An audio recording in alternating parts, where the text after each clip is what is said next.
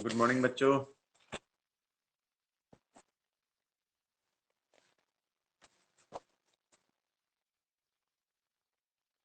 आवाज आ रही है बच्चों मेरी? Yes sir. ओके। तो सेंट मेरीज में आपका आपने बताया कि मैट्रिक्स स्टार्ट हुआ है पहला टॉपिक, तो वहीं से स्टार्ट कर रहा हूँ मैट्रिक्स से।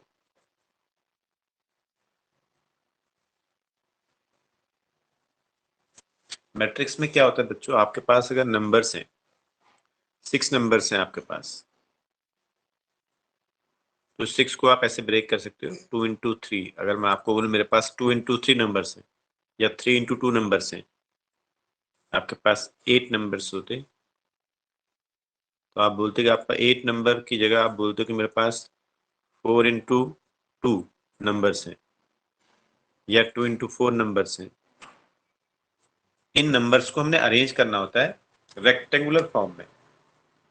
जैसे आपके पास 6 नंबर्स हैं, 2 इंटू 3 आपने बोला, तो इन 6 नंबर ए बी कुछ भी हो सकते हैं नंबर, तो इनको अरेंज करना है आपने। A B C D E F, ये आपने अरेंज कर लिया और इस तरह से एक रेक्टेंगुलर अरेंजमेंट आपने दिखाया। या आप इनको ऐसे भी अरेंज कर सकते थे इन 6 नंबर्स को, ए बी सी डी ई और एफ, इस तरह से एक रेक्टेंगुलर फॉर्म में ये नंबर आ गए। या इन नंबर्स को आप A B C D E F इस तरह से अरेंज कर सकते थे, एक ही लाइन में आपने दिखा दी। या इन 6 नंबर्स को आप ए बी सी डी ई और एफ इस तरह से अरेंज कर सकते थे। तो इस तरह से नंबरों को अरेंज करना जो है वो मैट्रिक्स कहलाता है। ये जो पिक्चर देख रहे हैं आप, ये मैट्रिक्स है। तो एक इसमें होता है ऑर्डर ऑफ मैट्रिक्स। तो अब आप इसमें दो चीजें हैं इंपॉर्टेंट, रो और कॉलम। ये रो हैं, पहली रो लाइन जिसको आप बोलते हैं, first row, second row, third row. ये कॉलम है, इस तरह से 1 2 3 ये कॉलम होती है। तो इसको आप देखोगे ये 6 एलिमेंट कैसे अरेंज हुए हैं, फर्स्ट रो और सेकंड रो, दो रो में अरेंज हुए हैं। तो यहाँ लिखो आप 2 रोज हैं इसमें, यहाँ कॉर्नर में लिख दो आप। कॉलम यानी ये 1 2 और 3, यहाँ कॉलम आ गई। तो इसको हम बोलते हैं ऑर्डर ऑफ मैट्रिक्स। इस मैट्रिक्स का ऑर्डर 2/3 है। ये देखिए इसमें कितनी रो है, 1 2 एंड 3। यहाँ लिख दो, पहले रो को देखते हैं रो कितनी है, 3 रो है। कॉलम यहाँ से गिनो 1 एंड 2, तो ये ऑर्डर लिखा हुआ है। तो इस मैट्रिक्स का जो ऑर्डर है वो 3/2 है। इसको देखो आप, एक ही रो में आगे सारे, तो 1 रो।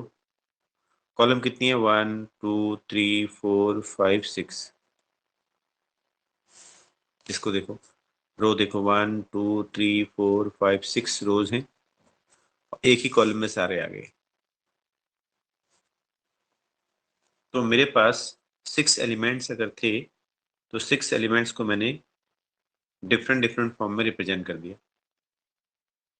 आपके पास मान लो 4 एलिमेंट होते, तो उन 4 एलिमेंट को हम कैसे अरेंज कर सकते थे, देखो ए बी सी डी, और ये ब्रैकेट लगाई इस तरह से, इसको रेक्टेंगुलर ब्रैकेट बोलते हैं। कितनी रो है इसमें, 1 एंड 2। कॉलम कितनी है, 1 एंड 2। तो 2/2 इसका ऑर्डर हो गया।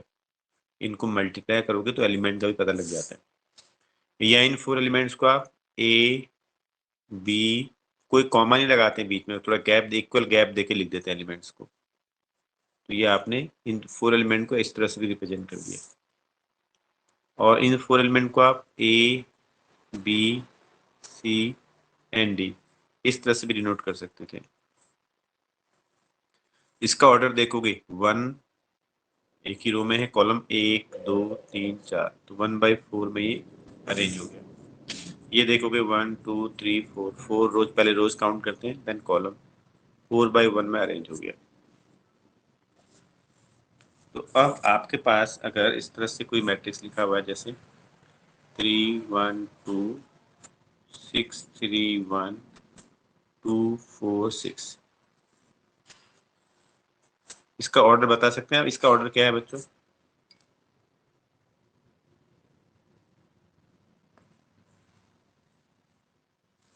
Sir 3 into 3। एक 1 रो 2 रो 3 रो, तो 3 रोज हो गई और कॉलम 1 2 एंड 3। तो 3/3 इसका ऑर्डर है, 9 एलिमेंट टोटल। अब ये जो फर्स्ट रो है, ये फर्स्ट रो का फर्स्ट एलिमेंट है, ये फर्स्ट रो का सेकंड एलिमेंट है, ये फर्स्ट रो का थर्ड मेंबर है, ये सेकंड रो का फर्स्ट मेंबर है, ये सेकंड रो का सेकंड मेंबर है, ये सेकंड रो का थर्ड मेंबर है, ये थर्ड रो में ही इसमें आप, ये थर्ड रो का फर्स्ट मेंबर है, ये थर्ड रो का सेकंड मेंबर है, ये थर्ड रो का थर्ड मेंबर है। लिखते कैसे? A11 1 पहला रो पढ़ते हैं आप, इसको कॉलम पढ़ते हैं आप। First row's first element is 3, first row's first element 3 है। First row's second element A12 का मतलब first row's second element, that is 1। First row's third element, that is 2। इसके बारे में क्या लिखूं इसको बताओ? Second row's first element, that is 6। इसको क्या बोलोगे? Second row's second element, that is 3। Second row's third element, that is 1। इसको क्या बोलोगे 2 को?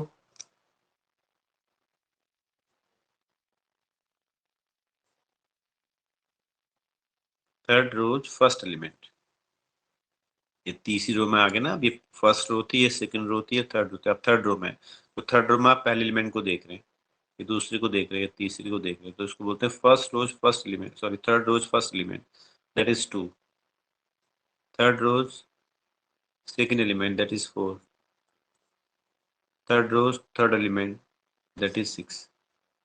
तो अगर 3/3 का कोई आपने लिखा हुआ है तो उसको आप इस तरह से देख पाते हो, A11 A12 A13 A21 A22 A23।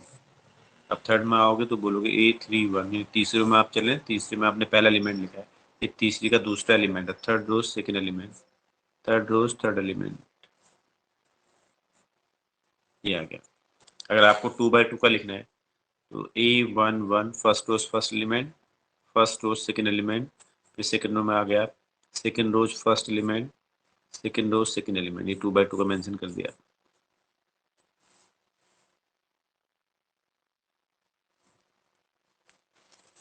और ये 3/3 यहाँ पर लिख सकते हैं आप। इनको मल्टीप्लाई करके आपको एलिमेंट भी पता लग जाएंगे कितने एलिमेंट टोटल आपको दिए हुए। तो एग्जामिनर आपके जो पहली तरह के क्वेश्चन पूछेगा वो क्या पूछेगा आपसे? आपको कहेगा कि किसी मैट्रिक्स में जो है ना 10 एलिमेंट्स हैं। अगर किसी मैट्रिक्स में 10 एलिमेंट्स हैं तो इसको कितने मैट्रिक्स में आप रख सकते थे? तो आप क्या करोगे? इस 10 के पॉसिबल फैक्टर कर लीजिए आप। तो 10 के फैक्टर 10 मल्टीप्लाइड बाय 1, 10 के फैक्टर 5 मल्टीप्लाइड बाय 2। आप ये 10 मल्टीप्लाइड बाय 1 को आप 1 मल्टीप्लाइड बाय 10 भी बोल सकते हैं। 5 मल्टीप्लाइड बाय 2 को आप 2 मल्टीप्लाइड बाय 4 ही बोल सकते हैं। तो अगर तुम्हारे पास 10 एलिमेंट होते तो उनको आप इन 4 ऑर्डर में लिख सकते थे। आपके पास 3 एलिमेंट्स होते और आपसे कहते कितने मैट्रिक्स पॉसिबल हैं, तो आप इसके फैक्टर कर दो। 3 के फैक्टर 3 मल्टीप्लाइड बाय 1 और 1 मल्टीप्लाइड बाय 3। तो अगर तुम्हारे पास 3 एलिमेंट हैं तो 2 ही मैट्रिक्स उनको आप अरेंज कर सकते हो, 3/1 के या 1/3 के। एग्जाम्पल के लिए मान लो ABC मेरे पास 3 एलिमेंट होते तो आप इनको क्या करते? ABC इस तरह से अरेंज कर लेते, या इनको अब इस तरह से अरेंज कर लेते। यही 2 पॉसिबिलिटीज हैं। तो ये जो अरेंज हुए हैं इसमें रो कितनी है? 1, और कॉलम कितनी है? 1 2 3। इसमें 3/1, 1 2 3, 3 रो है और 1 कॉलम। तो 1/3 में आएंगे एलिमेंट या 3/1 में आएंगे? आपको ये बना के नहीं दिखाना है, बस खाली फैक्टर करके ये बता देना है कि कितने टाइप के मैट्रिक्स बनाए जा सकते हैं। आपके पास मान लीजिए 6 एलिमेंट होते और आपसे पूछता कितने मैट्रिक्स पॉसिबल है, तो 6 के फैक्टर बताओ क्या क्या होंगे? 6 multiplied by 1, 1 multiplied by 6, 3 multiplied by 2, 2 multiplied by 3। तो 6 एलिमेंट अगर आपके पास है तो या तो इस ऑर्डर में उनको अरेंज कर लेते हैं आप, या इसमें तो टोटल 4 मैट्रिक्स पॉसिबल है जिनमें आप उनको अरेंज कर सकते हो। तो एक तो इस तरह से आपको क्वेश्चन पूछे जाएंगे। दूसरे क्वेश्चन आपसे क्या पूछे जाएंगे, जैसे आपको हम दे दें कि आपसे कह रहा है भाई मैट्रिक्स बनाओ, construct a 2x2 order matrix. एक 2x2 ऑर्डर का मैट्रिक्स बनाना है, और मैट्रिक्स को हम जनरली कैपिटल लेटर से डिनोट करते हैं बच्चों। तो ए आई जे, ये रो है, ये कॉलम है। तो एक 2x2 का बनाना है मैट्रिक्स आपको, तो ये सिंबल है, मैट्रिक्स को डिनोट करने का ये सिंबल है। और आपसे कह रहा है कि जो ए आई जे है उसमें आई जे में कुछ रिलेशन है। जैसे मान लो आपको आई जे में रिलेशन दे दे आई प्लस जे होल स्क्वायर, तो 2x2 का बनाना है आपको एक मैट्रिक्स। यानी आप एक रफ में एक काम कर लो, 2 रो बना लो और 2 कॉलम बना लो। तो ये 4 प्लेस जनरेट हो गई, 1 2 3 4। यहाँ पे आपको एलिमेंट डालने हैं। तो जो ए आप लिखोगे वो कैसे लिखोगे, यहाँ पे क्या आएगा A11 A12, यहाँ पे क्या आएगा, आप सेकंड रो में आप आगे हो, A21 A22। ये 2x2 का आपका मैट्रिक्स तैयार हो गया। अब आपको इन सब की वैल्यूज फाइंड करनी है। इसके लिए तुम्हें ए आई जे में रिलेशन दिया हुआ है, तो उसके अकॉर्डिंग वैल्यूज को फाइंड कर लोगे। A11 आपको फाइंड करना है। तो ये आई है, ये जे है, यहाँ पे आई के प्लेस पे 1 और जे के प्लेस 1 पुट कर दो, तो 1 + 1 होल स्क्वायर 4 आ गया। A12 की वैल्यू फाइंड करनी है। I1 हो गया, J2 हो गया, यहाँ पे 1 और यहाँ पे 2, तो 1 + 2 होल स्क्वायर 9 आ गया। अब A21 फाइंड करना है। I है 2, J है 1, तो 2 + 1 होल स्क्वायर 9 आ गया। A22 फाइंड करना है।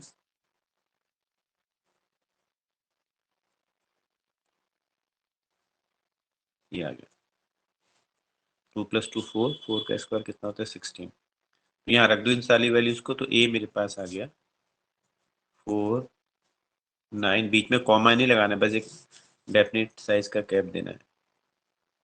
तो 2x2 का मैट्रिक्स तैयार हो गया। तो आईजे में कोई भी रिलेशन आपको दिया होगा उसमें आप वैल्यू पुट कर दो। एक और एग्जांपल लेते हैं। मान लो आपसे कहा होता कि भाई एक 2x3 का बनाओ, 2x3 का मैट्रिक्स बनाओ, और मैट्रिक्स ए जो है, ये सिंबल है बच्चों मैट्रिक्स को डिनोट करने का, ए आई जे। और आपको ए आई जे की जो वैल्यू गिवन है वो मान लो गिवन है आपको I - 2j होल स्क्वायर, ये दिया मान लो। तो 2x3 का बनाना है। 2 तो रोज हो गई और 3 कॉलम हो गई है। इस तरह से रोज होती हैं और ये कॉलम होती है। एक एलिमेंट यहाँ पर आएगा, ये फर्स्ट रो हो गई, ये सेकंड रो हो गई। तो फर्स्ट रो में एलिमेंट कैसे लिखते हो, A11 A12 A13। सेकंड में A21 A22 A33। तो हमारे पास जो A बना वो क्या बना, A11 A12 A13। फिर सेकंड रो में आप आ गए A21 A22 A23। अब इन सब की वैल्यू फाइंड करने के लिए तुम्हें रिलेशन दिया हुआ है ये। अब A11 निकालना है, तो ये I हो गया 1 और J भी हो गया 1। तो इसे पुट कर दो आप, तो A11 की वैल्यू आपको मिल जाएगी 1 - 2 × 1 होल स्क्वायर 1 आ गया। A12 फाइंड कर सकते हैं अब आप। ये I है और ये J है, तो 1 - 4 हो जाएगा, 2 × 2, ये 9 आ जाएगा। A13 आप फाइंड कर लोगे, 1 - 6 बन जाएगा, यहाँ जब 3 पुट करोगे आप, ये 25 आ गया। A21 फाइंड करिए, I2 है J1 है, I2 है और J1 है, तो 2 - 2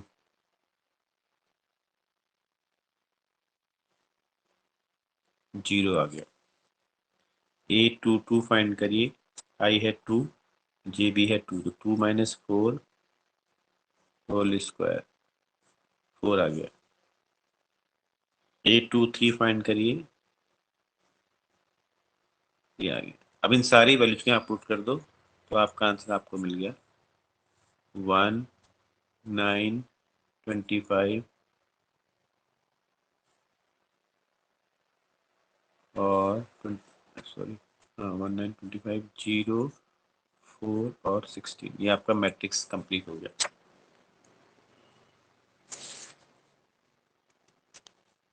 तो आईजे में रिलेशन कुछ भी आपको दिया जा सकता है।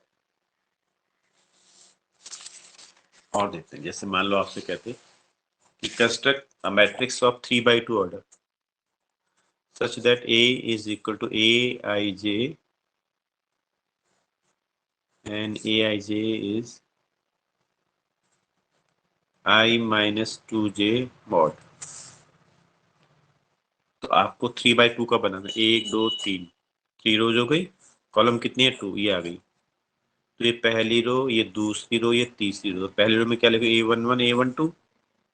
तो ए जो हमारे पास है वो क्या है A11 A12। आप सेकंड रो में आ गए हो A21 A22। थर्ड में आ गए हो A31 A32। अब इन सब के लिए यहाँ से निकाल लो। A11 निकालते हैं। A11 मीन्स I की वैल्यू 1 J की वैल्यू 1। तो 1 माइनस 2 इंटू 1। मॉड के अंदर -1 आ गया, लेकिन मॉड लगा हुआ है प्लस का बन जाएगा। A12 1 minus 2 into 2। मॉड के अंदर -3 आएगा, मॉड हटाओगे प्लस का बन जाएगा। अब ये निकालो A21 निकालो। A21 2 माइनस 1, ये 1 आ गया। A22 निकालोगे अब आप।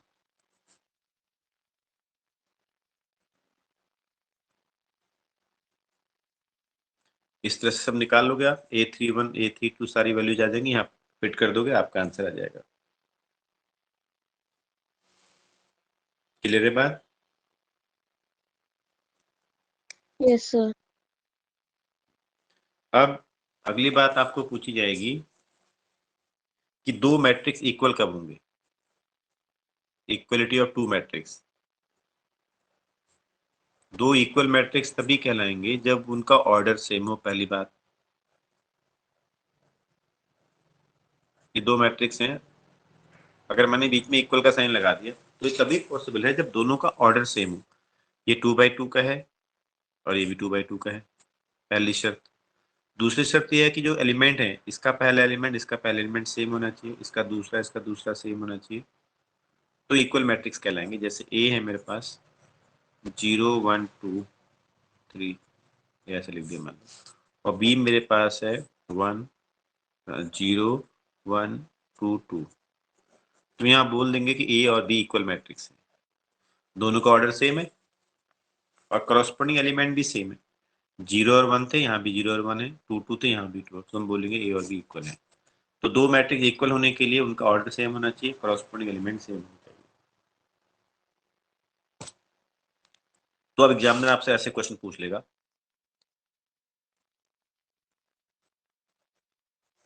ये दो मैट्रिक्स के बीच में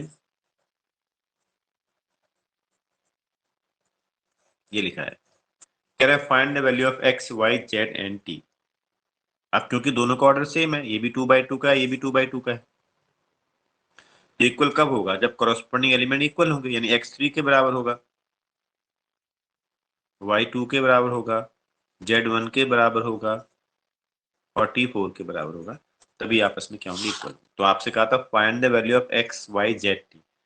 तो इक्वल लगा रखे बच्चों, इक्वल तभी रख सकता था जब करॉस्पोंडिंग एलिमेंट भी बराबर होते। और एग्जांपल देखते हैं। मान लीजिए आपको लिखा होता x + 2 4 1 y - 3, एक मैट्रिक्स। ये किस ऑर्डर का है? ये 2/2 का है।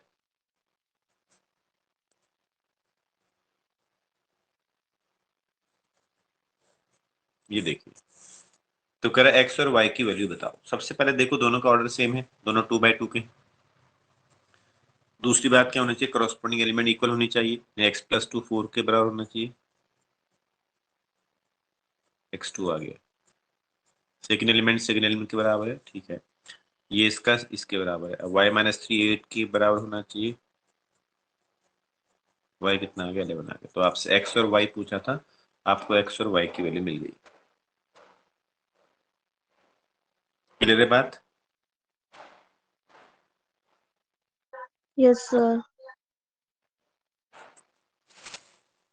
आप लोगों ने एनसीईआरटी खरीद ली है बच्चों की नहीं?